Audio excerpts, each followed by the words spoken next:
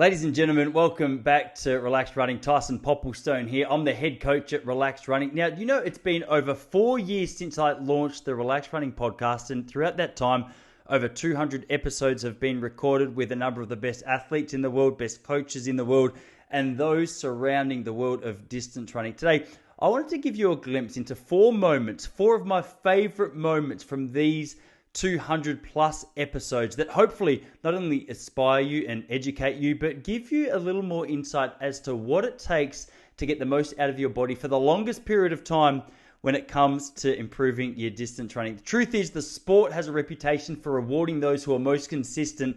And here's a couple of tips to get you on the way. If you're interested in checking out the full episodes to the clips that I've linked here, make sure you check out the description below. I've linked to the full episodes. But for now, let me jump into it with none other than Lisa Weightman, 2-hour, 23-minute marathon runner from here in Australia, four-time Olympian. She's had a long, illustrious career in which she has rarely had to cop too much trouble with injury or breaks in consistency. I wanted to know, for an athlete who's been competing at an international level for almost 25 years, at the level that she's been competing at, how on earth has she navigated her way through this sport without much trouble on the injury front? This is what she had to say. Yeah, I think one of the reasons I've been in the sport for so long is the breaks that I've taken throughout that time, I think. And we're in those times where we've had a break, we've really had to think about whether, what are we getting out of the sport and what are we getting out of the commitment to the training? Because, as you're about to find out, if you're going to tackle a marathon training is pretty grueling. It's you kind of don't get very many days off. You feel tired most of the time, so it's a bit like parenting. And so have parenting, have work, and then have marathon training, and you've got the full gamut of exhaustion. So, you've really got to enjoy what you're doing each day, and you've got to have a really clear goal in mind that you're working towards. And so after each campaign, Locke and I have had a good break, really talked a lot about, what we wanted to get out of the next, big goal, and making sure that we're really committed to that, because there's been marathons where I haven't been mentally committed.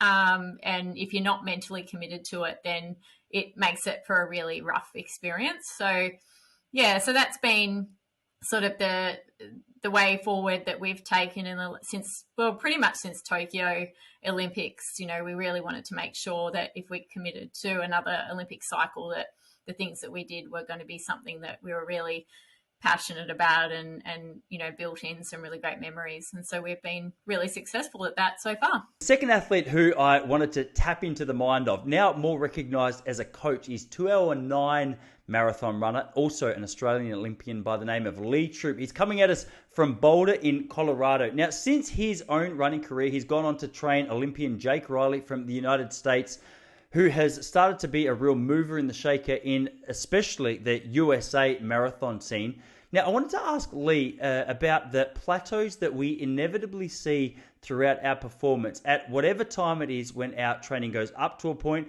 and then plateaus. What do we do? How do we navigate that? What are the errors in performance that we see here? Why is it that in these points so many athletes break down and don't go to the next level? Impatience seems to be a big part of it, but Lee Troop speaks to this at a far more detailed level than you often hear people speak to it at. Now, this is so important, regardless of what level you're at. If you're trying to go to the next level in performance, naturally, you're going to see ebbs and flows. And when you do, this is some information to hold in your little hip pocket so you're not rushing things too quickly. And to your point, like each week you shouldn't be going out there to run faster, right? Because your body, like everyone's able to do that in their training.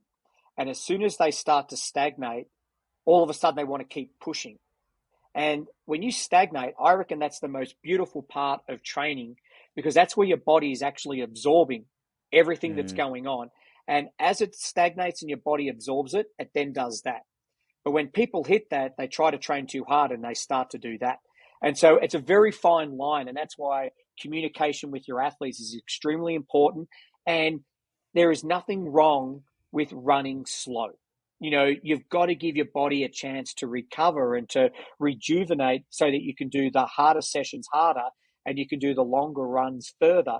If you just try to bang everything out, your body is going to end up breaking down. And it might not so much when you're young, but that mentality that you build stays the same. And I see it religiously with collegiate athletes here in the US. Now, when you go to college here, you're there for 4 years. The coach only cares about indoors, outdoors, and cross-country championships. And it's like the Kenyan system. They're in there for 4 years. They train them hard. They try to get as many points as they can.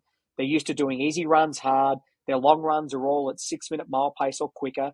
And then all of a sudden, they finish college and they're like, you know what, I think I might do this for a couple of years. And then when you tell them it's going to take another couple of years before they become a professional athlete, they then look at how hard they've trained for 4 years and they're like, I don't know if I can do this for another 2 years. So, you've got to be mindful of, and particularly athletes that I've taken out of college, trying to reset the mental, the physical, and the emotional barometer so that not every day has to be lived like it's their last day, that they can actually see the forest for the trees and they know how long it's going to take, where they've got to go.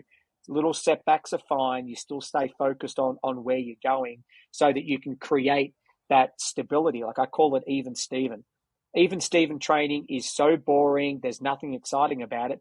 But if you could do that for a year, you're going to be fit and you're going to be strong and you're going to race well.